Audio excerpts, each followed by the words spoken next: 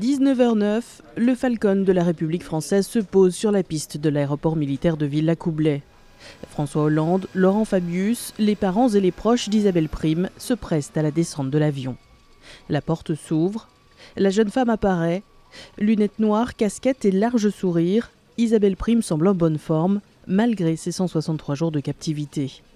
Après quelques mots échangés avec le président puis Laurent Fabius, elle peut enfin serrer ses proches dans ses bras. D'abord sa mère, son père, puis sa meilleure amie. Tous se dirigent ensuite vers un salon privé de la base pour un moment d'intimité. Une vingtaine de minutes à l'abri des regards avant une prise de parole face à la presse. Isabelle Prime tient à remercier tous ceux qui ont œuvré pour sa libération. Monsieur le Président, Monsieur le ministre des Affaires étrangères, je souhaitais vous remercier. Comme vous l'avez souligné, en tant que Française à l'étranger, ce n'était pas mon premier pays. On sait que la France est toujours là quand il y a des énormes problèmes, comme il s'est passé. J'avais suivi les conseils de l'ambassade française. On était sur le point de partir. Ça s'est joué à 2 semaines, malheureusement, voilà. Ma détention a duré à peu près 5 mois, mais je savais que la France était derrière moi, parce qu'elle n'a jamais lâché un de ses compatriotes. Donc je vous remercie.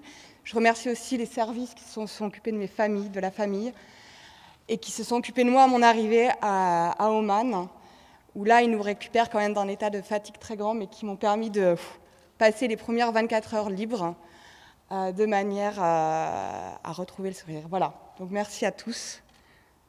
Merci. Et aux personnes qui sont encore derrière et qui travaillent dans l'ombre pour les Français. Isabelle Prime a ensuite quitté Villacoublay sous bonne escorte. La jeune femme a été conduite à l'hôpital du Val-de-Grâce où elle doit subir de nombreux examens médicaux et bénéficier d'un accompagnement psychologique. La jeune femme passera également par la case débriefing. Les services de renseignement chercheront à obtenir le maximum d'indices sur ses ravisseurs et les conditions de sa détention.